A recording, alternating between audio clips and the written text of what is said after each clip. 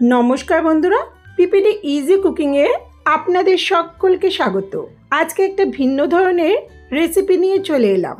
আপনারা হয়তো জানেন না, আমার একটা ছোট্ট রেস্টুরেন্ট আছে যেটা সকাল 8টা থেকে রাত 10:30 পর্যন্ত খোলা থাকে।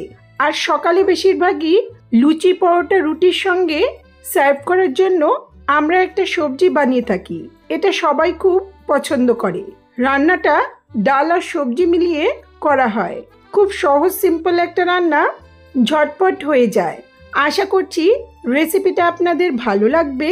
আর ভালো লাগলে লাইক, কমেন্ট, শেয়ার করবেন আর চ্যানেলটাকে সাবস্ক্রাইব করে পাশে থাকবেন। চলুন তাহলে দেরি না করে রেসিপিটা শুরু করি।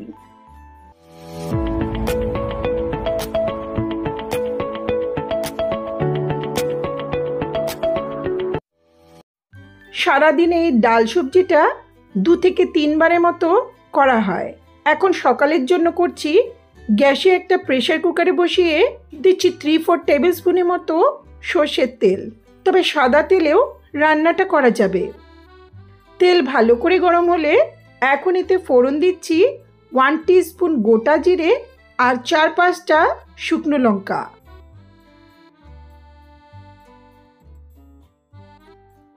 জিরে শুকনো লঙ্কাটা একটু ভাজা হলে 1/2 টিস্পুনের মতো দিচ্ছি মেথি দানা। মেথি দানা খুব তাড়াতাড়ি পুড়ে যায়, তাই পরে দিলাম।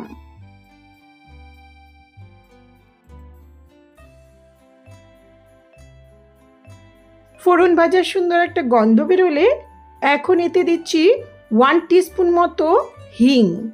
আমার রেস্টুরেন্টের আশেপাশে বাঙালি বেশি, আর বাঙালিরা সকালে লুচি পরোটার সঙ্গে এই ধরনের সবজি খেতেই বেশি পছন্দ করেন।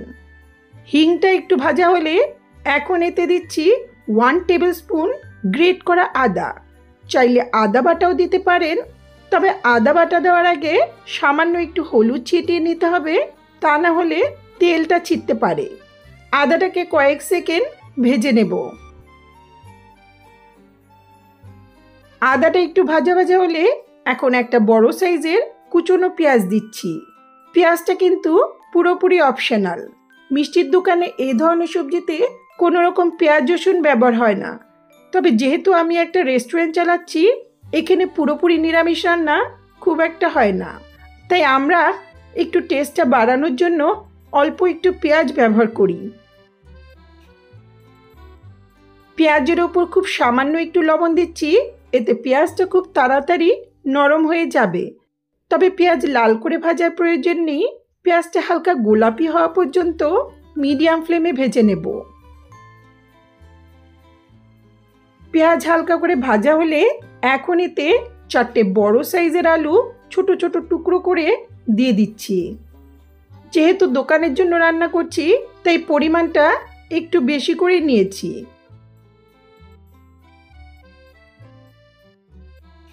সামান্য লবণ দিয়ে 2 মিনিটের মতো মিডিয়াম ফ্লেমে আলুটাকে একটু ভেজে নেব।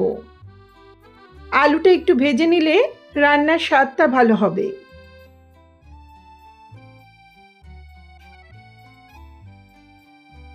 আলু 2 মিনিট নেড়ে চেড়ে নেওয়ার পর এখন এতে দিচ্ছি 1 টিস্পুন হলুদ গুঁড়ো।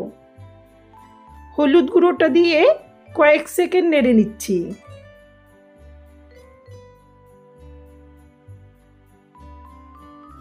আলুটা কষানো হলে এখন এতে ছোট করে কাটা 2 মুঠো পটল আর 4টে বড় সাইজের ছোট করে কাটা কোয়াশ দিচ্ছি।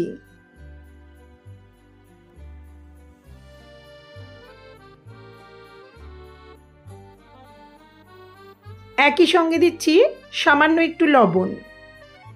এই সিজনে এখানে কোয়াশ আর পটলটা বেশি পাওয়া যায়, তাই সবজির মধ্যে এগুলোই ব্যবহার করছি। এগুলোকে 2-3 মিনিটের মতো মিডিয়াম ফ্লেমে কষিয়ে নেব। খুব বেশি লাল লাল করে ভাজার প্রয়োজন নেই। সবজিতে লবণ দেওয়ার পর সবজির নিজস্ব জলটা বেরিয়ে গেলে কষানো হয়ে যাবে। সবজিগুলো একটু নরম হয়ে এসছে, সবজি থেকে জল বেরিয়ে এসছে। এখন এতে 3 টিস্পুনের মতো জিরের গুঁড়ো দিচ্ছি। চাইলে জিরে গুঁড়ো ছাড়াও রান্নাটা করা যাবে। জিরের গুঁড়োটা দিয়ে আরও 1 মিনিটের মতো মিডিয়াম ফ্লেমে কষিয়ে নেব।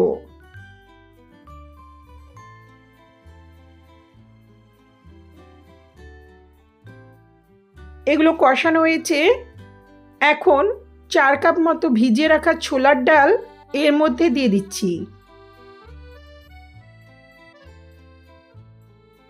ডালটা দেওয়ার পর 1-2 মিনিটের মতো খুব ভালো করে মিশিয়ে নিচ্ছি।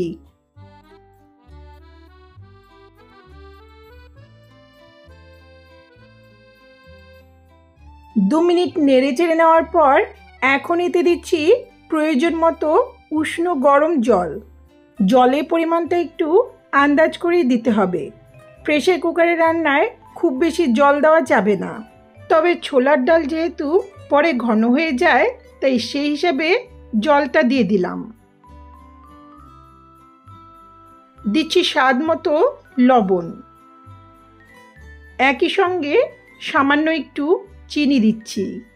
লুচি, পরোটা, রুটির সঙ্গে বাঙালিরা একটু মিষ্টি মিষ্টি সবজি খেতেই পছন্দ করে, তবে আমি এখানে টেস্টের ব্যালেন্সের জন্য সামান্য একটু চিনি দিলাম। এখন ভালো করে একটু মিশিয়ে নিয়ে প্রেসার কুকারের ঢাকনিটি আটকে 3টে মতো সিটি দিয়ে নেব।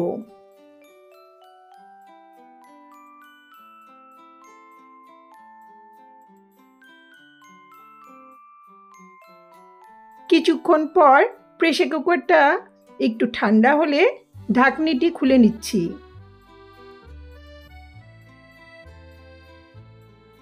দেখে মনে হচ্ছে সবজিগুলো গোটা গোটাই আছে। এগুলো গোটা মনে হলেও খুব ভালো করে সেদ্ধ হয়ে গেছে। এখন এই ডাল সবজিকে হাতা দিয়ে নেড়ে চেড়ে ভালো করে একটু ঘুটে নেব, পরে এটা অনেকটাই ঘন হয়ে যাবে। তৈরি হয়ে গেল আমার রেস্টুরেন্টের স্টাইলে সবজি ডাল। দেখলেন তো কত সহজ আর সিম্পল একটা রান্না। আমাদের রেস্টুরেন্টে লুচি, পরোটা, রুটির সঙ্গে এই সবজি ডালটা সকলেই পছন্দ করে, আর আমার ঘরে প্রায় এই ডাল দিয়ে আমরা ভাতও খেয়ে থাকি। আশা করছি রেসিপিটা আপনাদেরও ভালো লাগবে, আর ভালো লাগলে লাইক, কমেন্ট, শেয়ার করবেন, আর চ্যানেলটাকে সাবস্ক্রাইব করে পাশে থাকা বেল আইকনটা অবশ্যই প্রেস করবেন, যাতে আমার ভিডিওর নোটিফিকেশনগুলি আপনাদের কাছে সহজেই পৌঁছে যায়। ধন্যবাদ।